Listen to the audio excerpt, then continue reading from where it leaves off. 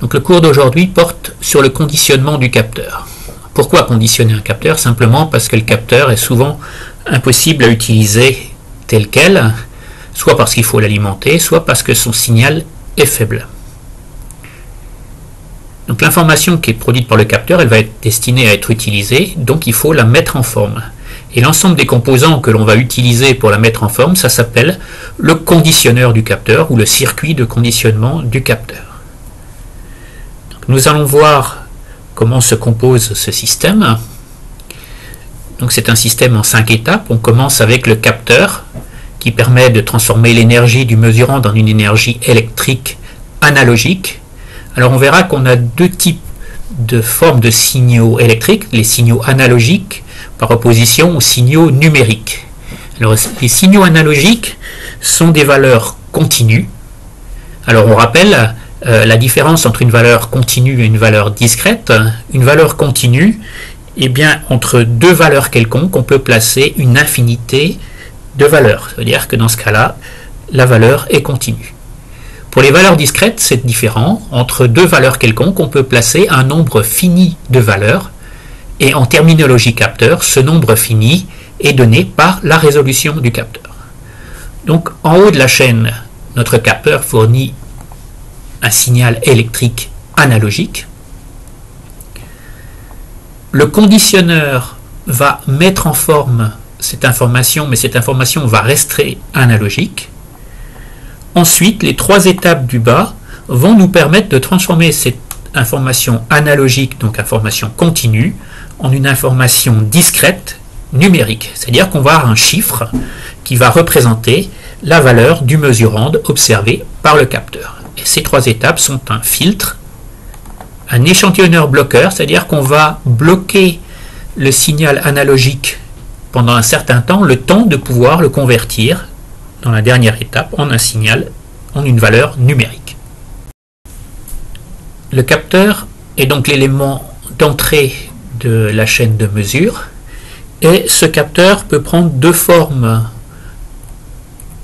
Il peut être passif ou il peut être actif.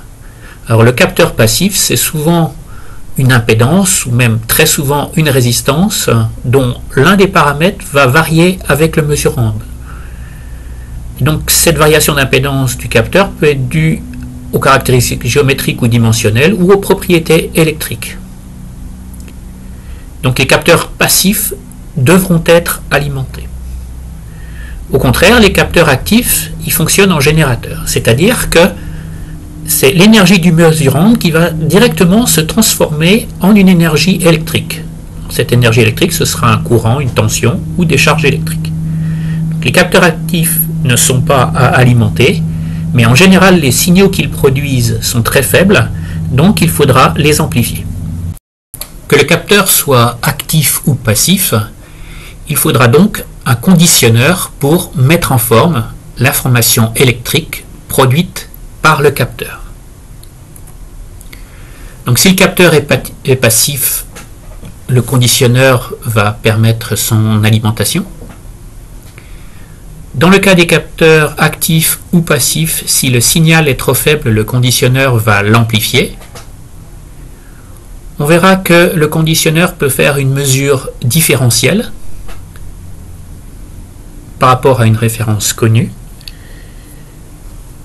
Le conditionneur peut aussi, pour certains capteurs, créer une modulation, donc une variation de fréquence. On appelle ça un oscillateur. Ce sera par exemple pour les capteurs de type détection ultrasonore d'obstacles. On va fabriquer une impulsion qui sera envoyée dans l'air, réfléchie par l'obstacle, et on mesurera le temps de trajet entre l'obstacle et le capteur. Et dans certains cas, le conditionneur transforme aussi la fonction caractéristique en cherchant à la linéariser ou à garder cette fonction linéaire si le capteur est linéaire. Les conditionneurs électroniques que nous allons utiliser vont faire appel à un certain nombre de montages incluant des sources de tension, des sources de courant et des résistances. On rappelle ici le théorème de Millman qui permet de calculer la tension V aux bornes de ce système constitué de 3 branches. La première branche possède une alimentation V1 en tension qui passe dans une résistance R1, la seconde branche a juste une résistance R2 et la troisième branche a une résistance R3 alimentée par une tension V3. Donc la tension V aux bornes de ce montage, c'est simplement au numérateur la somme des courants et au dénominateur la somme des admittances, l'inverse des résistances. Donc pour le montage considéré, on va prendre chaque élément de notre montage, chaque partie de notre montage. Donc dans la première partie ici, on a un courant I qui est défini par V1 sur R1. Au milieu ici, on n'a pas d'alimentation. Et ici, on a un courant qui est V3 sur R3. Donc ça nous donne le numérateur, et au dénominateur, on a 1 sur R1 plus 1 sur R2 plus 1 sur R3, la somme des inverses des résistances. Donc là, ça permet en un seul coup de calculer la tension V. Dans certains montages, il peut être pratique de procéder par superposition. Donc par superposition, là, si on prend le même montage, qu'est-ce qui va se passer? On va dire que la tension V, c'est la somme de deux montages. Un premier montage où j'ai V1 qui est égal à V1 et V3 qui est égal à 0, ça va me faire une tension que je vais appeler VA.